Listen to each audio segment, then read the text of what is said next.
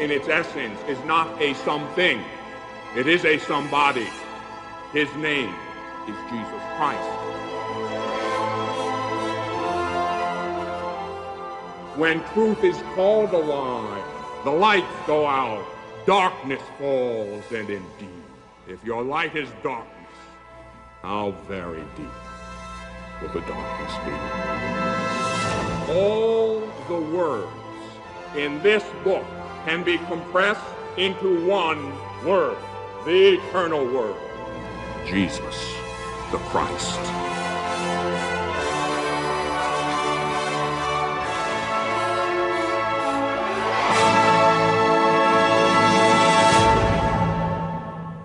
I'm going to now speak about, of course, the 7th commandment, you shall not steal. This, like all the other commandments, is very deep, and there's a lot more to it than first meets the eye. Number 2401 is where we're starting, and that looks pretty good. You know, when we started this, when I came up here, I was looking at the number 1. You know, that's where we started at the beginning, the number 1. Now we're looking at 2401, and I think there are 2,865 of the paragraphs in the Catechism. So we're getting pretty close. 8 more hours after this, and we will have run the course. But number 2401 tells us that the 7th commandment forbids unjustly taking or keeping the goods of one's neighbor and wronging him in any way with respect to his goods. It commands justice and charity in the care of earthly goods and the fruits of men's labor. For the sake of the common good, it requires respect for the universal destination of goods and respect for the right to private property. Christian life strives to order this world's goods to God and to fraternal charity. God is the one who created everything out of nothing. In the beginning, God entrusted the earth and its resources to the common stewardship of mankind, to take care of them, master them by labor, and enjoy their fruits. The goods of creation are destined for the entire human race. The universal destination and the private ownership of goods is what we're going to talk about. So, the goods of all creation are for mankind in general. Now, we know that certain individuals can own certain property. We have a right to private ownership of property. That's true. I have some friends who are very wealthy. They're very good people. They use a good part of their wealth to help the poor, to further the causes of the church. And that's what we're supposed to do with wealth. I'll tell you the truth. I'd be afraid to have money these days. I'll tell you why. I think I today, knowing what I know, would be fearful of having a great surplus. I'll tell you why. Well, it's simple. Because if the end comes, I don't mean the end of the world. Nobody knows when that'll come, but my end. That's the end of the world for me, this world, right? I often say that. Don't get too caught up in apocalyptic things, you know, oh, the end of the world will be next Tuesday at 3 p.m. or, you know. We know that the end is coming. And remember the little cartoon, the guy would hold up the sign, the placard, the end is near, and he would march through town. I saw a guy in San Francisco, actually, not too long ago. He had a sign, the end is near. And I said, amen, brother. It is for you and for me.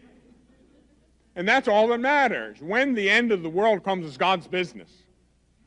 The end is going to be when I pass from this life and stand before God. That's the end for me, or the beginning, you could say. And so that's the only thing we have to be concerned about. But when I stand before God, when my end comes, I don't want to have a bunch of money tied up in the bank. You know, I don't want E.F. Hutton managing, or anybody else. You know, E.F. Hutton's, I'm sure, a good brokerage firm, and there are many others. But I don't want to have a bunch of assets tied up in all these things with people starving to death all over the earth. And the Lord says, well, let me check your financial statements here. prepared by the certified public accounting firm of so forth and so forth. Let me see. Yes, you had $842,000 in bank accounts. You had so much in stock, so much in bonds, so forth and so on. Now, could you explain to me that gross surplus when on the day you died, 643,000 people starved to death? Would you explain that to me? And I won't be able to. You know, and it's a real concern because there is a universal destination of this world's goods, admitting the right to private property. We're not communists. We have the right to earn money, to have private ownership. We should have it. But when millions and millions of people are starving to death, last night I heard, I don't remember even where I heard it or read it someplace, some enormous number of people are chronically hungry in the world. I think it was 800 million. And something like 50 million people on the face of the earth are on the verge of starving to death.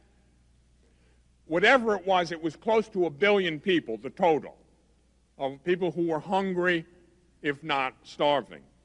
Now, that being the case, I have a very difficult time justifying in my own heart, in my own conscience, a tremendous surplus for me. Now, it's different for me. I have a vow of poverty. You don't. Married people, lay people need things. You need a house to live in. You need a certain amount of surplus. That's perfectly okay. But beyond what we need, the cry of the poor has to reach Christian ears. And people are starving, even starving to death, right now, all over the world. And that is something of enormous importance. The right to private property, the Catechism teaches, acquired by work or received from others by inheritance or gift, does not do away with the original gift of the earth to the whole of mankind. The universal destination of goods remains primordial, even if the promotion of the common good requires respect for the right to private property and its exercise.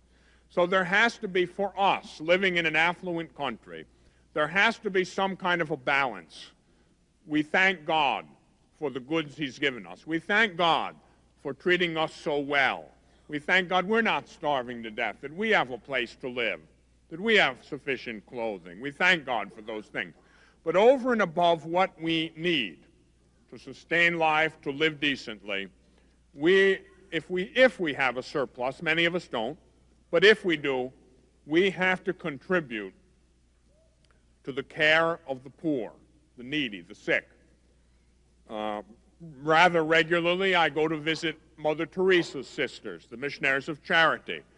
I'll be doing the retreat for the novices in December, and I'm always edified by the great witness to holy poverty that they give. There are many other religious who give that witness too. But they have no furniture. I go in the chapel. I remember the first time the novices were all there, and they were standing, and then they knelt on the floor, and they would sit on the floor. They have no furniture. I remember when Mother Teresa went to New York, and Cardinal O'Connor welcomed her, and she was given a convent and buildings to live in. The first thing, I remember the pictures on television of all of the mattresses and furniture going out the window because they insist to live a certain standard of poverty. Why? Because the affinity with the poor is necessary, not to mention the fact that we've taken a vow of evangelical poverty, but there's a certain necessity for those of us who claim to have, by virtue of religious consecration, that closer affinity to the poor who Christ was so close to. We have to feel that. The Holy Father often says you have to feel the sting of poverty, talking to religious who profess poverty. You haven't done that. You don't have to do that in that way. But we should have an affinity for the poor. I live too well, and I know it, and I feel guilty about it. I don't own anything myself, but let's face it, I'm not worrying where my next meal comes from. Everybody's always wanting to give me the next meal. God takes care of us, just like he promised. I'll never worry about where to live and so forth. Sometimes I wish I would have to. I got a feeling maybe he'll answer my prayer before it's over. But there's a certain peace. There's a certain peace in knowing that you have that affinity with the poor. When I see the poor in the streets, I can't help but remember St. Francis of Assisi, the great love for holy poverty. He would tell you he is espoused to the most beautiful bride in the world. Holy poverty was the bride that he was espoused to. God put that in his heart. He was one of the great founders of a religious order. And that element of evangelical poverty is what St. Francis manifested so beautifully. And he really talked about this universal destination of goods. He would see a poor person in the street. Oh, he could be maybe downtown Sacramento. You'd see a street person, and, maybe that person would be very ragged. And St. Francis, maybe it would be winter and cold, and St. Francis would take his cape off, and he would say, oh, here, let me give this to my brother. I borrowed his cape from him. Or he would see a poor woman. He did it many times, and he would take his habit off, and he'd give her the habit. He said, here, I borrowed this from our sister, and now she needs it because it's cold. He was manifesting this understanding of the universal destination of goods, the goods of this world. And it's a good way to think, in my excess, I might be going down the street, and I've done it. I've seen poor people. I've never taken my habit off and given it to someone like St. Francis, but I've thought, I give them my coat, and you see some poor person. Okay, maybe they're there by their own fault. Maybe they're an alcoholic or a drug addict. All right, that could be. Nonetheless, they still feel cold. Well, it's their own fault, maybe so, but they still feel the cold. And so you say, well, let me give my brother back his coat. I borrowed it from him. That's the mind of the saints. And the saints had a mind closest to the mind of Christ. And we would do well to think along those lines. And I'll tell you, this rubs a lot of people the wrong way, and I'm sorry for that. But we have to begin challenging ourselves. We have a little bit too much. And even those of us who don't have much, compared to some people in the world, have a very great deal. I don't know, some of you may have been in parts of the world like I have been in Central America, in Mexico, in South America, many places in the world, in Africa, in the Philippines. You want to see poverty, you'll see poverty. I could show you poverty. I could take you to some of our missions where not starving to death is the biggest thing that you have to do in a given day. The harvest failed in Guatemala at our mission a couple years ago, and the people were on the edge of starvation. Our missionaries were running all over this country to try to get money to feed the people. Well, there's a level of poverty in the world which is unconscionable. God created everything for mankind in general, and we have to share that part of the surplus we've been given. You know why this country became great, this country under God, this country that says in God we trust on its money? I'll tell you why. Because it had the mind of Christ, because it welcomed immigrants, because it blessed the poor, because it helped the downtrodden. And this country wasn't impoverished because of that. This country was blessed because of that. And now I see the exact opposite happening. We begin to turn in on ourselves. We want to protect everything we have. In my own town, it happened that it was settled by Protestants in the, I guess it was this, I don't know when it was, 17th century, 16th century maybe, Dutch settlers. And they were Protestant. They came. Well, they set up their churches and they prospered. And then in the 1850s, I think, the Irish immigrants came, the first Catholics. And they weren't greatly welcomed by the people who were already there. But they let them in. And they built their church. And then the Italians came. And the Irish didn't welcome the Italians. As a matter of fact, there are still people living in my hometown who won't set foot in that, quote, Irish church because they made us stand in the back. We couldn't sit down in the church. And boy, people have long memories like elephants. Boy, you'd think they'd let go of that stuff. You know, I'd say, oh, well, just forget it. You know, people are people. Oh, I remember that day when Father so-and-so. Well, then what happens? Then the Polish immigrants come a little later. And the Italians wouldn't let them in their church. And so, hey, Christian, great. Aren't we wonderful? Well, all right. Human nature, fallen nature. Now, the fact of the matter is those difficulties were overcome. And eventually, people lived in peace. But the point is, we have to make an effort. We have to really make an effort to live the life of Christ and to be generous in this way. It's not easy. You may say, yes, but I worked hard for what I have. And I acknowledge that. We work very hard for what we have. No question about it. And you deserve it. You worked for it. You deserve it. What is it? Well, it's a great asset. It's a blessing. Who gave it to you? I worked for it. God gave it to you.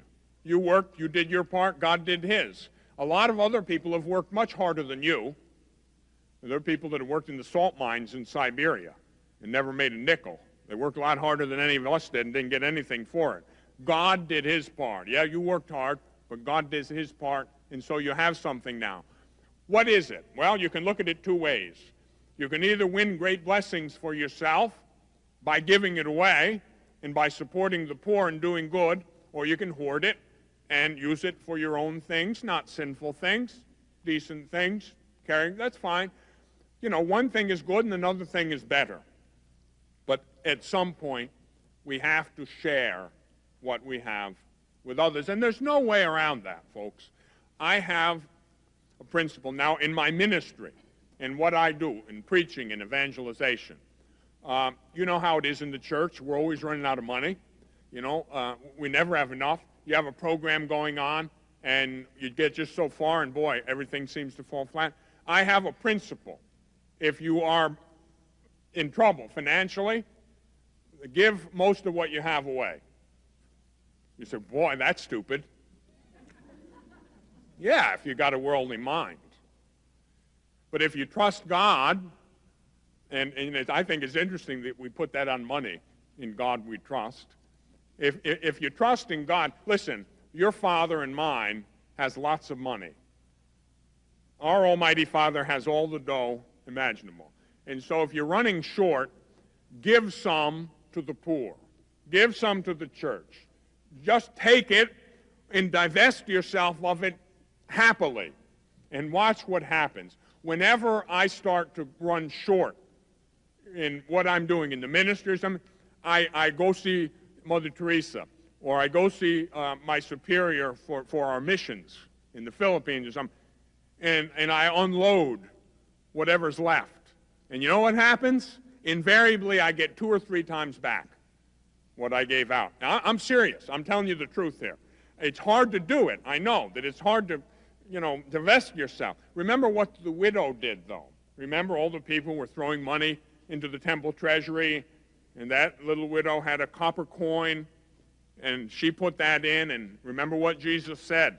Well, all of those others, they gave it out of their surplus. She gave it out of her want. It's all she had, and she gave it. She gave it to the temple. She gave it for the glory of God. And so don't be afraid. Don't be afraid to share with the poor. Now, the ownership of any property makes its holder a steward of that property. Anything you have, anything that I have, we have it because God gave it to us. Are we the absolute owner of everything? You've heard me say that today a couple of times already. You're not the absolute master of your life or your death, and you're not the absolute owner of the property that you have. You say, oh yeah, but here's my name right on the title. It's mine. Right. But God caused you to have that property. He allowed you to have that property. And so you're a steward. You're a steward of God's creation. You're a steward of those goods which God has destined for all of mankind. Not just you, not just me, not just the United States, all of mankind. Now, this principle is of enormous importance today. We have a gross disparity between rich nations and poor nations. And you say, well, so what? You know, we deserve it. The heck with them. No. Let me tell you, that's not what made this country great. What made this country great was that it was a country under God, a country based on Christian principles, a country whose doors were open, a country who accepted immigrants, a company who took care of the poor, a country who provided for the destitute and the lowly, a country that gave opportunities to everyone from least to greatest. And because it was a country like that, it became a great country, the greatest country in the world. But then, when you begin to close in on yourself, when you begin to act out of fear, I want to protect everything I have. Oh boy, St. Francis always comes back to me. He was so zealous about guarding holy poverty. He said, look, if we begin to accumulate property, then we have to hire guards to protect the property. You know, there was a time in my life I had lots of things, lots of property. You know, after a certain point, I had to hire a lawyer, and then a CPA, and then another one, then a tax account. You know, pretty soon you get all these things, and then you're worried about them. You know, how can I keep them all? And you're trying to hold on to all this stuff, and you have no peace.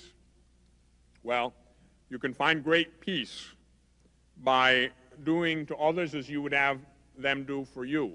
If you were poor, if you were starving, you would want someone to help you. And you know, we have no excuse today. You know those haunting pictures that come into your living room on the television? Those pictures of the emaciated people starving in Africa, third world countries. Those pictures that have come to us from Bosnia and other places in the world, of those suffering people. You can't escape from those images. Those images are burned into your consciousness. The images of the poor, they cry out for help. Now, I can say this over and over again. It may go in one ear and out the other, but I hope not. If you will not do it, nobody will, because you're the best people. I know that you're the salt of the earth. You're the cream of the crop. You're the pillars of the church. And if you will not have a heart for the poor, no one will. If you will not reach out to them, no one will. Because you're the ones closest to God. Much has been given to you and to me. Much has been given to us. Much is expected of us. Heroic things, great things are expected of us. The 7th Commandment, we know, forbids theft. That is, the taking of another's property against the reasonable will of the owner. You just don't steal. You know how it begins? Usually when you're a child and you take something that doesn't belong to you, maybe a penny, a nickel, a baseball card, a minor thing, insignificant. But it's not insignificant for a child. Once you get away with it, oh, your conscience may bother you. If you're lucky and you have the grace and you've been taught well, you'll repent of it. You'll go to mom or dad, oh, I did a bad thing, and you tell them. You come clean, and they say, well, all right now. You know, you shouldn't have done that, but you're a good boy, you're a good girl because you did what was right. And maybe they're not even old enough to go to confession. You know, some children that aren't old enough to go to confession are really old enough to know the difference between right and wrong. They really can from a very young age, and that should be encouraged. They should be, blessed. Encourage them when they do good things like that by repenting. But if you don't and let it slide, then the next time it might be something a little more. By the time you're a teenager, you're breaking into houses. You're breaking into the neighbors when they're away on vacation and stealing things. And then who knows what prison you end up in, or maybe dead. And so it never comes all at once, always a step at a time. So it's very important that from the earliest years we teach our children that we respect the goods of other people because of the fact that they are persons. Every one of us is a human person endowed with a dignity that is special. Every human being that was ever created, that walks now, or that ever will come into existence is special, unique, precious, unrepeatable. Every one of us with a dignity that is unsurpassable. Why? For the simple reason that we are made in the image and likeness of God himself, the God of all creation. And so for that reason, I respect my brother, because he's a person, because he's worthy of respect, and I respect his goods, his property. I don't steal them. I don't cheat him in any way. The 7th Commandment also requires that we respect creation and be good stewards of it. I remember once talking to a very wise man, a holy man. He was my novice master when I was in novitiate. This man had one of the first doctorates in psychology from a Catholic university, as well as a doctorate in theology. He was old by then, and I remember we were talking about the state of nature, creation. And I was telling him how I used to go to Maine. I used to go to the state of Maine on my vacations, and I would go there fishing and camping, and I loved it. It was a magnificent place. We used to call it God's country. You know, everybody, you know, wherever your home is, or where, you know, you all call it God's country. People call Northern California God's country too, and it is. God created it, and there's beauty in every part of the country. But when I was up in Maine, I really thought I was in God's country. But I told the novice master how over the last few years I had gone in there. It used to be a country teeming with wildlife, birds, deer, every kind of wildlife, fish, trout, salmon in the streams. It was alive with life. And in my own lifetime, I had seen it gradually go to the point where the last time I was up there, it was dead. It was like a wasteland. It was sterile. The water contained nothing. No fish, no aquatic insect life, not a bird chirping in the trees. Never saw deer. Some of the trees were starting to die. And I was telling him this, and he smiled, and he said, yes. He said, it's the manifestation of evil in creation. Moral evil precedes even physical evil. Man in his greed, man in trying to make a bigger profit, has raped the forests, polluted the water and the air, and the manifestation of it is death that seems to cover many parts of the country. If you haven't been there, you couldn't believe it. I've been there. I've seen magnificent places in our country teeming with life, reduced to sterile wastelands. You wouldn't know it unless you walked through the forest, unless you'd seen it before. But it is the result of man being a bad steward. We are stewards of nature. God has given us his creation. Yes, it's for us. Man is the steward of all creation. God created everything for us. Man is the only part of visible creation God created for itself. Did you know that? That's in the Catechism too. That man is the only creature, visible creature, you could say it about angels too, but man is the only part of visible creation God created for itself. Everything else God created for man. And so man is the steward of God's creation. We have to respect it. We have to take care of the environment. Now, we have to do it in a well-ordered way, not a way which would say that animals and trees are more important than human beings. You know, there is a disordered way to do that, where, you know, an owl becomes more important than the baby in the womb, or a whale becomes more important than the human life. Now, there is a disordered way of thinking, too. But in general, yes, we're called to be stewards of creation, to take care of the environment. It's a beautiful gift that God has given to us. Now, men as stewards of creation can use animals for food and clothing. It's perfectly all right. Medical and scientific experiments within reason can be performed on animals for the good of mankind. It is contrary, however, to human dignity to cause animals to suffer or die needlessly. It is likewise unworthy to spend money on them that should, as a priority, go to the relief of human misery. Number 2418 says that.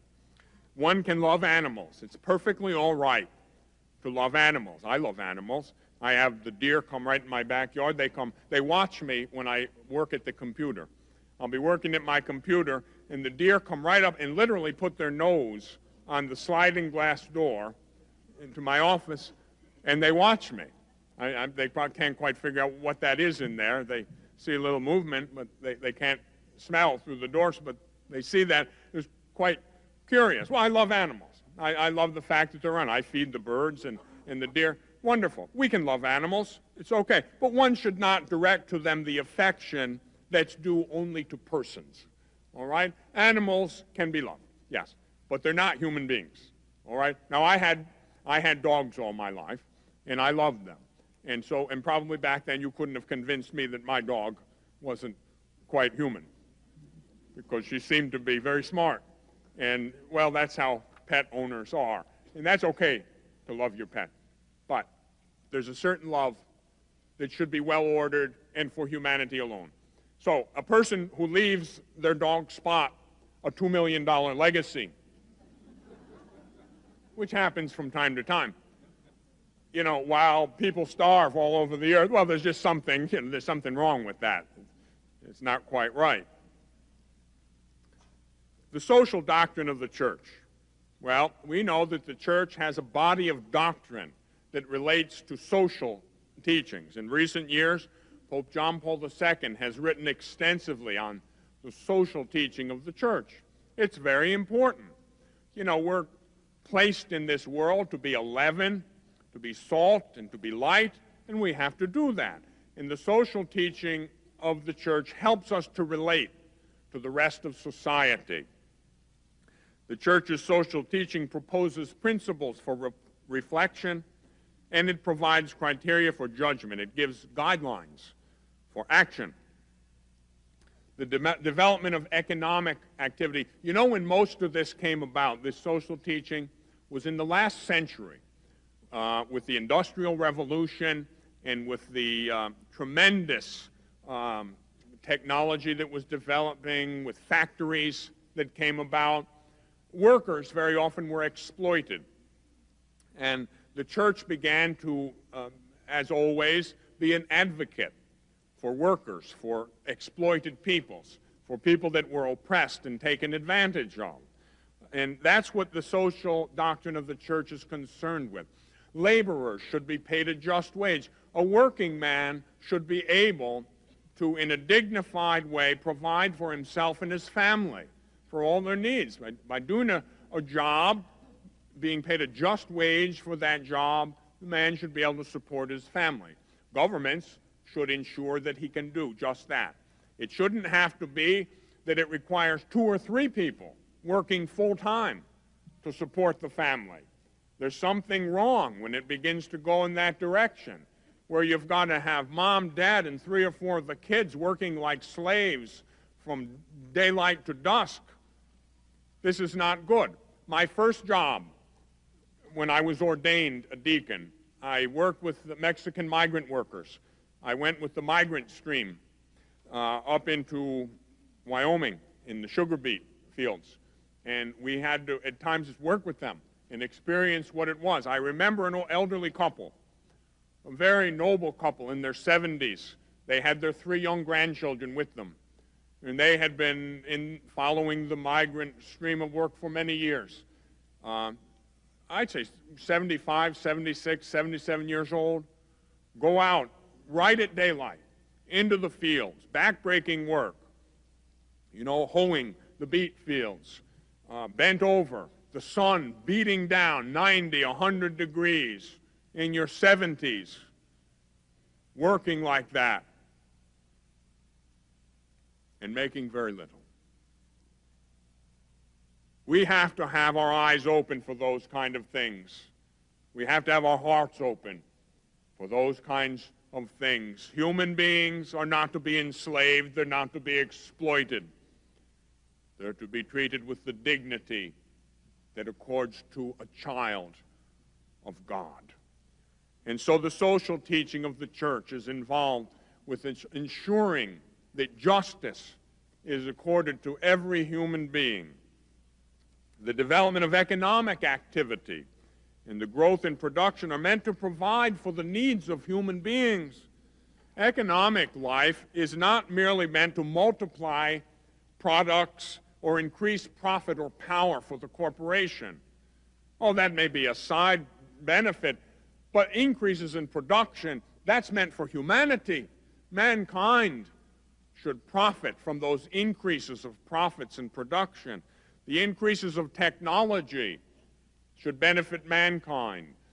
Very often people become so worried, oh, we have a population crisis, too many people on the face of the earth, and so let's have population control and birth control, and so millions and millions and tens of millions of people don't come into existence because of this. And what happens? X number more brilliant scientists, philosophers, politicians are not born. They never see the light of day. The scientist who could solve the food problem in the world, maybe he wasn't born because his mother had an abortion, or his government decided that you can only have one child and then you have to be sterilized. With an increase of population, yes, there are more mouths to feed, but there are more brains to think of how to feed all those mouths. And so we have to think in accord with reality, and that's reality. Work is for man. Man is not for work. Man is what work is to benefit. Work benefits me. Work benefits you. We aren't slaves to be plugged in to a system. That's not what God meant for his children. Work is for man. Man is not just for work. The individual takes precedence. Do you know why societies and governments exist? To benefit individuals. To benefit individuals. The communist concept of an individual just being a cog in the wheel, just being some kind of a number, that's not God's plan. And you know who it was, more than anybody else, who contributed to the demise of communism in this age. You know who that was, don't you? It was Pope John Paul II, who contributed more than anyone else to the demise of communism. The Iron Curtain fell because of the Holy Father. Well, because of God, who inspired him. That's coming out now. You know, there's a new book on that, and even Gorbachev has in so many words said that. And of course he converted, you know that.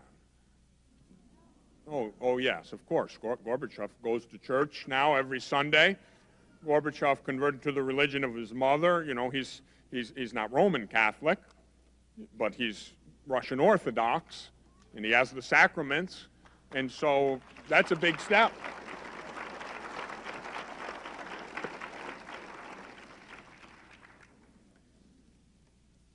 Economic activity and social justice. Well, as I said, we don't exist to work. Work exists to better our condition. And so we have to be sure that we get that straight. Governments have to work for that. A just wage is the legitimate fruit of work. You know, everyone is entitled to a just wage. You do a good, honest day's work, you're entitled to a good, honest day's wage. Men and women equal. Do the same work, you get the same pay. That's the only equitable thing. Nothing else makes any sense, and that's the way it has to be. Remember, my mother, most of her life, she was an educated person. She was a registered nurse. She went to school to be a registered nurse. She never made more than $10,000 a year in her 40 years as a registered nurse, and she's still living. So it's not that long ago. It's only in recent years that many professions were paid commensurate with the work that they did. My mother's amazed. She looks at some of the starting salaries now, and she can't believe it. You know, $40,000 a year, $50,000 a year. Maybe I'll go back to work.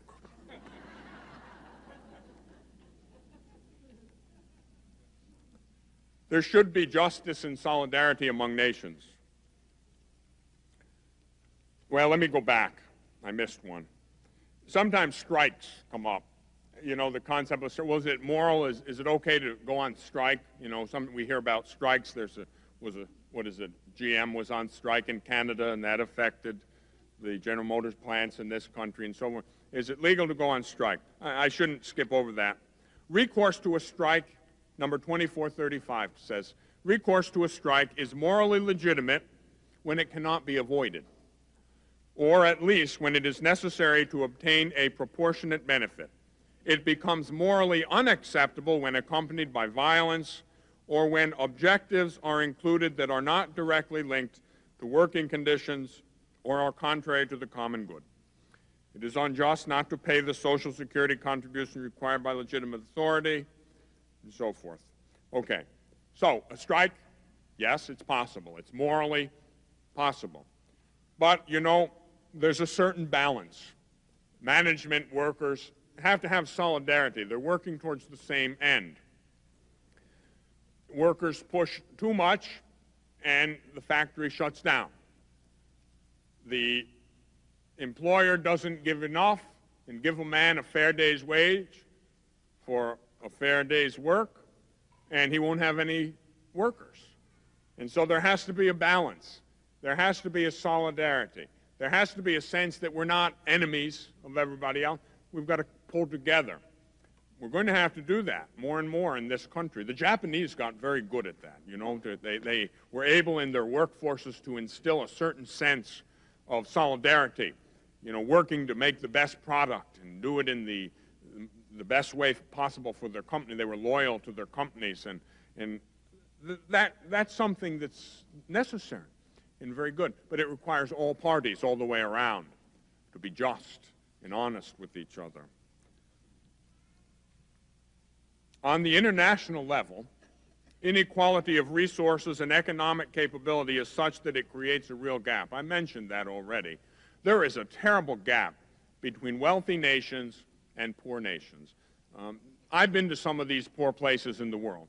There are places still on the face of the earth, you couldn't believe the poverty that exists there, and there's actually no hope for the people. They have no help from their governments. They're just left to starve, just starve to death in many, many cases. Now, we have so much of a surplus in this country, we shouldn't be able to sleep well. If we have a good conscience, we should not be able to sleep well so long as that disparity, that wide gap persists between the poor and the affluent. The affluent must voluntarily begin to assist the poor, or else I assure you that God will raise his hand, and those who are so secure in all their affluence will be on the other side of the story. It wouldn't take much for this country to be reduced to abject poverty. Oh, we think we have much. We're very secure. Our grain bins are full. Our gold supply is great. We own tremendous resources. I'll tell you what, a few more hurricanes, several more floods, an earthquake, a meteorite, or who knows what else can come from nature, and it can be quite a different story. Drought, famine, pestilence, it can happen, and it will happen, unless we begin to act in accord with right reason, justice, and a sense that we have to help the poor. We ignore that one day too much, and then God in his mercy, will correct us. I don't say God in his justice will correct us. I say God in his mercy will correct us, because the situation needs correcting. Once we're corrected and we begin to do it right, then our soul will be in a better place. God's mercy, justice, and love are one. Mercy, justice, and love are one in God. God's justice and God's mercy require that he act sooner or later when the affluent of the world continually turn their back on the poor. Now, this country never did that. We help the poor always, and we still do. We do a great deal still for the poor. And that's why this country is still the greatest country in many ways on the face of the earth. But I just bring these things up because they're in the teaching, the social teaching of the church. And we, as heralds of that good news, need to be aware of this. And we need to be a prophetic voice wherever there is injustice, wherever there is repression, wherever there is discrimination, wherever the poor are oppressed in any way. We need to be a powerful voice that rings out for truth and goodness and justice and freedom. Because if we don't do it, as I said before, this country is apt to perish not with a bang but a whimper, as T.S. Eliot has said. And so we have to be forces for peace and justice. Many of us who claim the name orthodox or conservative or whatever you want to call it, sometimes I would dare say we're not as solid and astute in this aspect of the church's teaching as some of our more liberal brethren. Well, there's no reason for that. The social teaching of the church is the teaching of the church, and it is not some way opposed to the doctrine, the dogmatic teaching of the church, or the moral teaching of the church. It's part and parcel of it. Peace and justice, that's our business as Christians. And we're not to be soft on that. We're to be strong on that. Jesus loved the poor. He loved the poor, and the church loves the poor. That means every one of us has to love the poor. And the poor take many shapes, sizes. You know, the poor can be poor, yes, monetarily. They can be poor in health. They can be handicapped in many ways. Anyone who is underprivileged in any way, they have a special claim on God's mercy. There were times in my life, I can say, when I was worst off, that I felt God was closest to me. And that's why I don't fear the future. If I should come on bad times or end up, maybe I'll be a missionary in a foreign country someday. Maybe I'll live with the poorest of the poor. I don't fear it. Why? Because I know that when you're needy, I know that when you're downtrodden, I know that the God of all goodness is with you more than ever. I have a good friend who was very active in the civil rights movement in the South. We were in the Army together. He was a graduate of Tuskegee.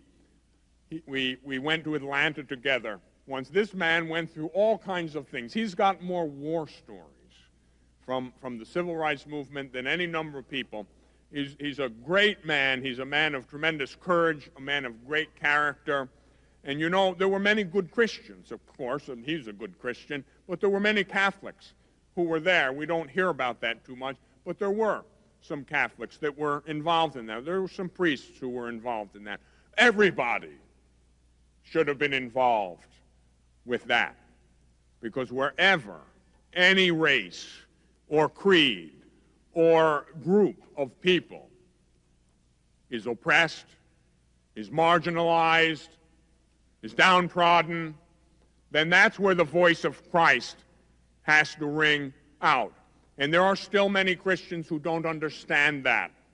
There are still many Christians who don't understand why we have a national holiday to celebrate Dr. Martin Luther King.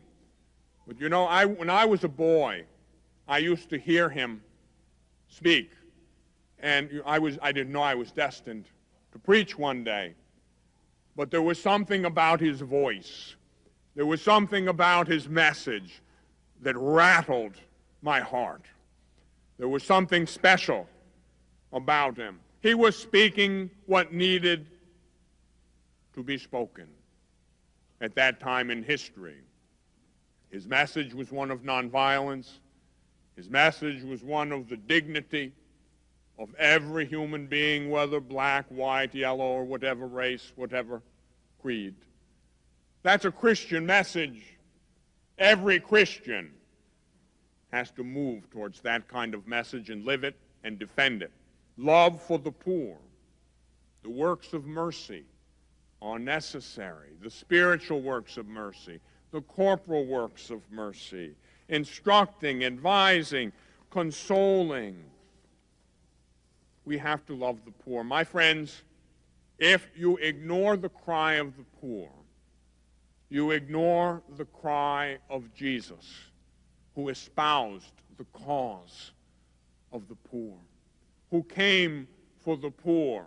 And in one way or another, we're all poor. Mother Teresa often says that the poorest of the poor are in this affluent country. You can be poor morally. You can be poor spiritually. But remember what the Lord Jesus said about the last judgment. When the Son of Man comes in his glory, and I've read this to you before, but I'm going to read it to you again and let it sink in, because these are the words of Jesus, eternal truth. When he comes again in glory, escorted by all the angels of heaven, he will sit upon his royal throne, and all the nations, the rich and the poor, will be assembled before him. Then he will separate them into two groups. As a shepherd separates sheep from goats, the sheep he will place on his right and the goats on his left. And the king will say to those on his right, "Come, you have my Father's blessing. Inherit the kingdom prepared for you from the creation of the world. For I was hungry, and you gave me food. I was thirsty, and you gave me drink. I was a stranger, and you welcomed me, naked, and you clothed me. I was ill, and you comforted me, in prison, and you came to visit me." And the just will ask him, "Lord, when did we see you hungry and feed you, or see you thirsty and give you drink? When did we welcome you away from home or clothe you in your nakedness? When did we visit you when you were ill or in prison?" And the king will answer them, "I assure you, as often as you did it for one of my least brothers, you did it for me." And then he will say to those on his left, "Out of my sight, you condemned, to that everlasting fire prepared for the devil and his angels. I was hungry, and you gave me no food. I was thirsty, and you gave me no drink. I was away from home, and you gave me no welcome, naked, and you gave me no clothing. I was ill and in prison, and you did not come to comfort me." Then they will turn and ask, "Lord, when did we see you hungry or thirsty or away from home or naked or in prison? And when did we not attend to your needs?" He will answer them, "I assure you, as often as you neglected to do it to one of these least ones, you neglected to do it for me." These will go off to eternal punishment, and the just to eternal life. That is the word of God. That is the truth. That is the teaching of Jesus Christ. Let the cry of the poor be heard among the people of God.